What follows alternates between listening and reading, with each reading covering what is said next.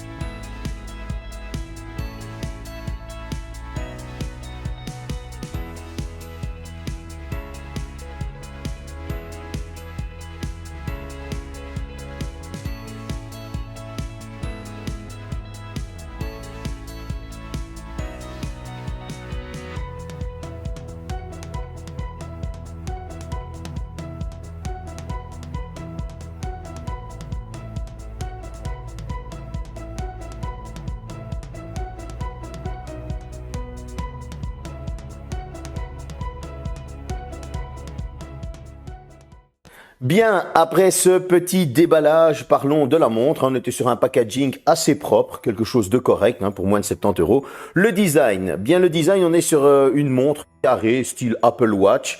Bon, on n'est pas sur la qualité d'une Apple Watch, hein, il faut préciser. Ici, on sera dans dans vraiment du full plastique, c'est vraiment le mot. Les bords chromés que vous voyez, c'est du plastique chromé, mais ça ne fait pas kitsch. Franchement, ça passe même très bien. Ça se laisse regarder sans problème. On a des qualités de finition qui sont très bonnes, qui sont même irréprochables, hein, pour une montre à moins de 70 €. Nous avons un bouton Home sur le côté qui va faire revenir à chaque fois à la partie principale de la montre, c'est-à-dire l'heure. Vous allez avoir sur le côté un petit haut-parleur micro. Et oui, parce qu'avec cette montre, vous pouvez téléphoner et ça, c'est important de le signaler. Maintenant, on est sur un bracelet en silicone qui est d'assez bonne facture. Ce bracelet est interchangeable, donc il n'est pas nominatif. Vous allez pouvoir trouver toutes sortes de bracelets sur Internet et ça, ben, c'est sympa, hein, pour pouvoir adapter ça à toutes nos tenues, etc., etc. Donc, j'ai envie de dire que pour ce qui est design et qualité de finition, on est quand même sur un petit 8 sur 10. J'irais même presque au 9, hein, parce qu'il ne faut pas oublier son prix. Moi, je cote en fonction du prix. Donc voilà, ça passe très bien. Un écran de 1,8 pouces en LCD et franchement, il n'est pas trop dérangeant. Ce petit écran, il est assez sympa. Tout est super bien lisible lorsqu'on reçoit un message, ces différentes notifications. Et les notifications, on en parlera un petit peu dans l'interface parce qu'il y a pas mal de choses intéressantes.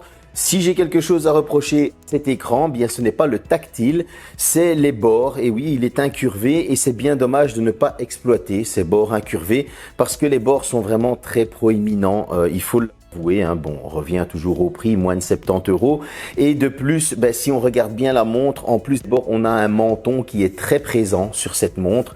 Voilà, il a fallu gagner un petit peu de place, 1,8 pouces. Bon, franchement, l'affichage est très bon, le tactile est très bon, mais on va lui aussi lui reprocher que la luminosité, elle n'est pas automatique.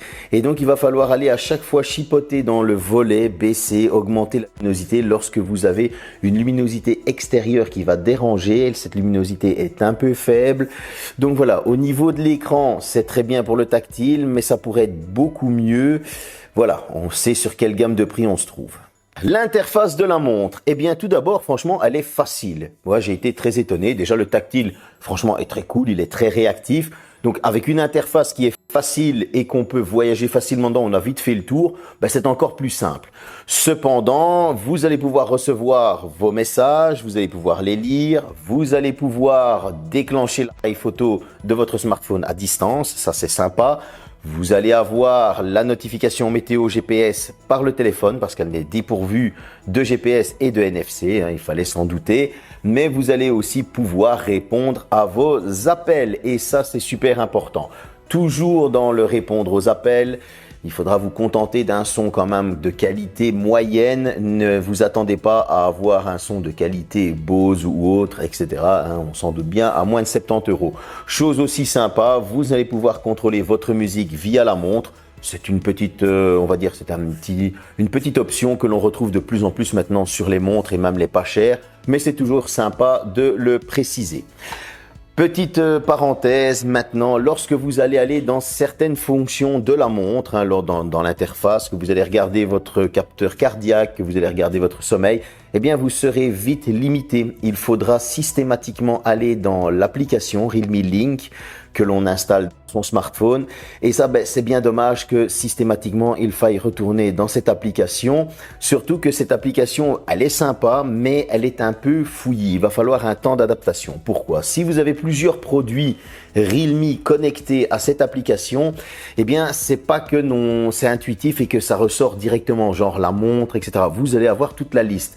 Et là, il faudra systématiquement rentrer dans la montre pour ensuite aller chercher votre santé, etc., etc. Et ça, c'est un peu ennuyeux. Maintenant, une fois que vous êtes rentré dans la montre, là, il n'y a pas de problème. Vous allez retrouver la partie santé assez facilement. Vous allez avoir les options, pouvoir rajouter des sports, en enlever, mettre vos applications pour les notifications. Et vous pouvez mettre toutes les applications de votre téléphone. Vous recevez toutes les notifications. C'est même limite chiant, j'ai envie de vous le dire. Maintenant, j'ai rien d'autre trop à dire sur cette application et sur cette interface. Elle communique assez bien, il n'y a pas de coupure. Le Realme Link, oui, voilà, c'est son petit défaut, c'est qu'il est un peu fouillis au début, mais on s'y habitue très très bien. Je pense que maintenant, on va passer au reste. Bon, forcément, qui dit monde dit capteur VO2, SPO, cardiaque, etc. Maintenant, ils mettent que des capteurs. Un jour, ça ne donnera même plus l'heure, ça ne va donner que les infos des capteurs si ça continue.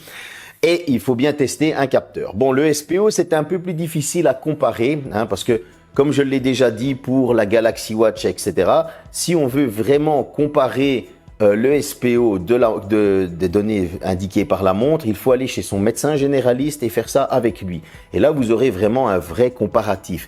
Et donc, du coup, ça, c'est un peu difficile à comparer. Donc, peut-être qu'un jour, je le ferai quand même. Je ne vais pas vous le mentir dans ma folie. Pour le capteur VO2, VO Max, là le calcul est assez simple. La montre va calculer avec l'application la différence entre deux séances d'entraînement. Mais moi, j'ai un petit doute sur ça. Pourquoi? Parce que vous avez des séances d'entraînement qui sont top, des séances d'entraînement où on n'a pas envie, simplement, on n'a vraiment pas envie, et les séances d'entraînement où on est fatigué. Et donc du coup, comment est-ce que l'application peut différencier la séance dont on n'a pas envie et la séance dont on est fatigué? Là est la question, et c'est pour ça que je dis que le VO Max est un peu mal calculé. Ça, c'est mon avis personnel. Maintenant, il y en a qui vont juste utiliser cette montre pour avoir les infos, comme je disais, les notifications, etc. Donc voilà. Mais en tout cas, pour le capteur cardiaque, comme toujours, j'ai testé mon tensiomètre de pharmacie. Donc, j'ai été assez étonné de voir qu'il n'y avait une différence que de 1 battement. Donc, j'ai mis le capteur, le tensiomètre de pharmacie en premier, dans la bonne position. Je l'ai enlevé, j'ai remis la montre, j'ai repris mes fréquences cardiaques et il y avait 1 battement de différence.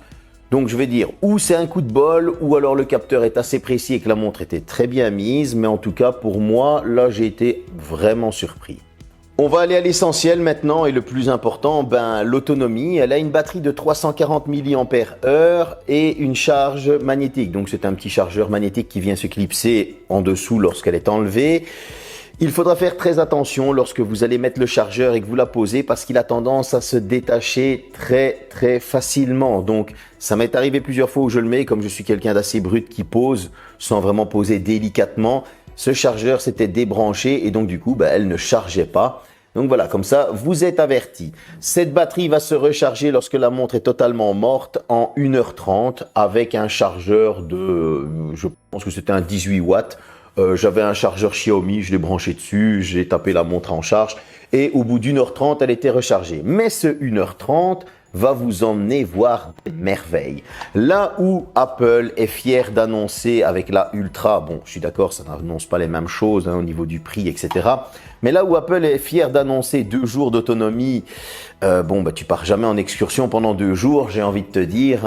Voilà, j'ai envie de faire cette petite piqûre de rappel quand même. Je veux dire, quand tu pars en montagne, que tu escalades le Mont Blanc, c'est pas en 48 heures que tu vas tout faire monter, descendre, ou alors vraiment t'en as rien à foutre, tu profites de rien. Donc voilà, ça je tenais à le préciser. Eh bien, cette petite montre a tenu sans problème presque 10 jours. Alors, 1h30 pour 10 jours. Je suis d'accord qu'il lui manque pas mal de fonctionnalités. Je suis d'accord que 40 grammes, bon, à l'intérieur, il ne doit pas y avoir grand-chose en électronique. Mais en tout cas, c'est assez sympa de recevoir ces notifications, pouvoir passer des appels, avoir ses fréquences cardiaques, la météo, etc., etc. et de pouvoir partir 10 jours sans se dire « Merde, j'ai pas chargé ma montre ». Et donc du coup, moi, je mets un gros plus à cette petite montre. Donc pour ma conclusion, si je devais lui mettre une note, eh bien j'irais carrément sur le 8 sur 10, parce que c'est un 8 sur 10 de 70 €, parce qu'on est à 69,99 € et cette montre pour 69,99 € m'a quand même bien convaincu. Ça veut dire qu'on n'est pas obligé de se ruiner, on a un petit écran tactile qui est très fluide, que le tactile ne va pas rechigner à la tâche, parce qu'il y a des fois des montres, il faut insister pour que ça tourne. Là non, il travaille bien. Cependant, oui, il y aura ce petit problème de luminosité, de menton, etc. On est sur du plastique. Voilà, il y a des concessions qui sont faites. Mais en tout cas, je veux dire, t'as pas envie de te ruiner. Tu as envie d'une montre qui tient bien au poignet et qui fait 1,8 pouces. Donc, elle fait pas trop, tu vois, pas trop efféminé. J'ai envie de dire, pour ceux qui ont peur de paraître trop efféminé, c'est ce que beaucoup m'ont dit, avec la Oppo Watch. Eh bien, celle-ci, non, elle est assez imposante et donc du coup, elle tient même très bien au poignet. 69,99 €, moi je suis convaincu, c'est un 8 sur 10, bravo Realme. Encore une fois, Realme, à chaque fois c'est le même, soit c'est tout, soit c'est rien. Et là, on est pour une fois dans le milieu. Et je suis assez étonné. J'espère que cette petite vidéo vous a plu. En tout cas, merci, vous êtes de plus en plus nombreux à vous abonner à la chaîne. Si vous ne regardez pas la dernière vidéo de vendredi, et ouais, il y en aura encore une vendredi sûrement, et peut-être même une jeudi, je ne sais pas encore. En tout cas, je vous souhaite un très bon réveillon de Noël. Salut!